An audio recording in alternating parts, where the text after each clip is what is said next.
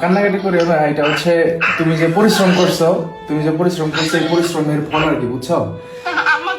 আমি তো অনেকবার ভেঙে বসছি, কিন্তু আপনারা আর হচ্ছে আমার বোন আর আমার মা, ওরা যদি না থাকতো আমি আজকে এদেরও আসতে পারতাম না ভাই। আমার মার সাথে কথা বলেন ভাইয়া। বাবা খুশি লাগতেছে ভাই। ভালো আছেন? বাবা ভালো আছে, তোমাকে অনেক অনেক বাবা। হ্যাঁ, যাক, আল্লাহর রহমতে ভালো একটা রেজাল্ট আসছে। আমরাও অনেকটা ওর নিয়ে আশাবাদী ছিলাম যে ওই অনেক পরিশ্রম করছে, আমিও মন থেকে চাইছি, আমরাও চাইছি যে হচ্ছে যেন হয়। আপনি যখন পড়ান তখন আমি আপনার কণ্ঠ শুনি, যে আমি ঘুমাই না রাতে, আমি আপনার কণ্ঠ শুনি বাবা। আচ্ছা বাবা, আচ্ছা আচ্ছা বাবা, পাশে আসি বাবা। আচ্ছা, ইনশাআল্লাহ আপনার সাথে একটু কথা বলবো হ্যাঁ। ভাইয়া। হ্যাঁ, আপনারা কিন্তু বাসায় আসবেন। স্টাডি প্ল্যানটা ছিল ওটাই বেশি কাজে দিছে।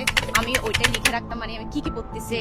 মানে আমার অনেক স্বপ্নের বিশ্ববিদ্যালয় ছিল এটা, মানে এখানে পড়বো, আমি আপনাদের সাথে কথা বলবো।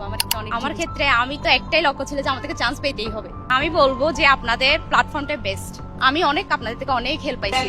আসসালামু আলাইকুম আপনাদের সবাইকে। আমাদের সাথে চট্টগ্রাম বিশ্ববিদ্যালয়ের অফিসিয়ালি ভর্তি কার্যক্রম শুরু হয়েছে। আমরা দেখলাম আমাদের অনেক শিক্ষার্থীরা ভর্তি হতে আসছে। তার মধ্যে আমাদের একজন শিক্ষার্থী, সে ফার্স্ট টাইমে তার দুর্ভাগ্যবশত হয় নাই, সেকেন্ড টাইম দিয়ে চট্টগ্রাম বিশ্ববিদ্যালয়ের ডি ইউনিটে ভালো একটা পজিশন নিয়েছে, ভালো সাবজেক্টে ভর্তি হয়েছে।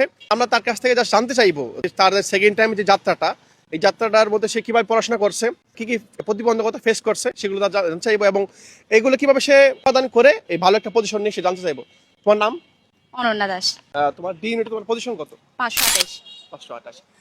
তুমি চট্টগ্রাম বিশ্ববিদ্যালয়ে ডি ইউনিটে 528তম হয়েছো। এখন এই 528তম হওয়ার পিছনে তোমার পড়ার কৌশলটা কিরকম ছিল? আমি সকালে মেমোরাইজিং পার্টগুলো পড়তাম, আপনারা যেভাবে বলতেন সেভাবে করে আমি লিখতাম। ওই আপনার যে স্টাডি প্ল্যানটা ছিল ওইটাই বেশি কাজে দিছে। আমি ওইটাই লিখে রাখতাম, মানে আমি কি পড়তেছি। সকালবেলায় আমি এই মেমোরাইজিং পার্ট যেগুলো আছে, ভোকাবুলারি, তারপর এই লিটারেচার, ওইগুলো আমি পড়তাম। তো বাংলাতেও সেম ভাবেই পড়তাম, পারিভাষিক শব্দ ওইগুলো। তারপর দুপুর রাতে আমি অন্যান্য যে সাবজেক্টগুলো আছে ওইগুলো পড়তাম। সেকেন্ড টাইম জার্নির ক্ষেত্রে, মানে তোমার সেকেন্ড টাইম যখন দেওয়ার ক্ষেত্রে সবচেয়ে বেশি কোন জিনিসটা বেশ করছো, যেটা তোমাকে আঘাত দিছে, কষ্ট পাইছো? ফার্স্ট টাইম যখন আমার হয় নাই তখন আমি ভেঙে পড়ছিলাম। মানে আমার অনেক স্বপ্নের বিশ্ববিদ্যালয় ছিল এটা, মানে এখানে পড়বো, আমি আপনাদের সাথে কথা বলবো, আমার একটা অনেক ড্রিম ছিল। আচ্ছা, হচ্ছে তাহলে এটা? হ্যাঁ, মানে আপনাদের সাথে যখন সবাই কথা বলতো, মানে ওরা ভর্তি হতে আসতো, মানে আপনাদের সাথে এইভাবে করে কথা বলতো, আপনারা ওদের থেকে। মানে তুমি যখন আমাদের এই সাক্ষাৎকারগুলো দেখতে, তখন হ্যাঁ, মানে আমার ভালো লাগতো। মানে আমিও তখন ইচ্ছা ছিল যে আমি একদিন ভাইয়াদের সাথে এই জায়গায় আসবো, মানে এইভাবে করে কথা বলতে পারবো। আরেকটা বিষয় এবার যারা সেকেন্ড টাইম দিবে, যারা ফার্স্ট টাইম হয় নাই, তাদের উদ্দেশ্যে কিছু বলবা কিনা? হ্যাঁ, আমি বলবো যে ফার্স্ট টাইম মানে প্রথম থেকে লেগে থাকতে হবে আপনাদের সাথে। আপনারা যেভাবে বলবেন সেভাবে ওর থেকে পড়তে হবে, কনসিস্টেন্সি রাখতে হবে। আজকে 3 ঘন্টা পড়ছি, পরের দিন পড়বো না, ওইটা করা যাবে না। মানে প্রতিদিন পড়তে হবে। আচ্ছা, মনে করো একটা শিক্ষার্থী যখন ফার্স্ট টাইম যারা হয় না, তখন ওরা ভেবে নেয় যে আমার হয়তো সেকেন্ড টাইমও হবে না। তোমার ক্ষেত্রে কি এটা হয়েছে? আমার ক্ষেত্রে আমি তো একটাই লক্ষ্য ছিল যে আমাদেরকে চান্স পেতেই হবে। আমাকে বলছে, মানে যে আমি তো এনইউতে ভর্তি হইনি, তো আমাকে বলছে যে তুমি যে ভর্তি হচ্ছ না, তুমি যদি পরের বারও যদি না আসো তখন কি হবে। কিন্তু আমি ওইটা ভাবি নাই। তুমি এনইউতে ভর্তি হও নাই? না, আমি ভর্তি হইনি এনইউতে। আচ্ছা, এই তোমার জানি শুনলাম। আর একটা বিষয় জানতে চাইবো যে তুমি যে সেকেন্ড টাইম দিচ্ছ, ফার্স্ট টাইমে তোমার ফ্যামিলি সাপোর্ট দিয়েছে, সেকেন্ড টাইমে কি তোমার ফ্যামিলি সাপোর্ট করেছিল? আমার বেশি সাপোর্ট দিয়েছে আমার দিদি।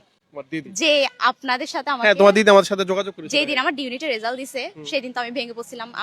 মানে আমার কোনো কিছু তখন মাথায় আসতেছিল না। আমি তো ভাবছি আমি আর পরীক্ষাই দিব না। তো আমার দিদি কি করছে, আমাকে আপনাদের সাথে বসে আপনাদের সাথে কল করছে, জুয়েল ভাইয়ের সাথে। তো ও ভর্তি করাইছে আমাকে। পরে এখন জার্নি শুরু করছো একবার শুরু থেকে না আমাদের সাথে? শুরু থেকে শেষ পর্যন্ত লেগেছিল, লাগার পরে এখন আজকে চট্টগ্রাম বিশ্ব চান্স পেয়ে গেলা। এখন যারা ভর্তি মানে আসবে আমাদের এখানে ভর্তি হবে, তাদের কি বলবা, কি বলতে চাও? আমি বলবো যে আপনাদের প্ল্যাটফর্মটা বেস্ট। আমি আপনাদের থেকে অনেক হেল্প পাইছি, এখনো পাচ্ছি আমি, ওটাই বলবো। শুকরিয়া, আলহামদুলিল্লাহ। তো তোমরা যারা ফার্স্ট টাইমে হয় না, চিন্তা করতেছো যে আমার সেকেন্ড টাইমে হবে কিনা, এই দুশ্চিন্তা ভোগো না। তোমরা জাস্ট লেগে থাকো আর শুরু করে দাও, সেকেন্ড টাইম যাত্রা শুরু করে দাও। ইনশাআল্লাহ দেখবে সৃষ্টিকর্তা তোমাকে পারিশ্রমিক মূল্য হিসাবে কোনো একটা বিষয় তোমাকে দিয়ে দিবে। তোমাদের সাথে দেখা হবে পরবর্তীতে এরকম একটা সাক্ষাৎকার ইনশাআল্লাহ।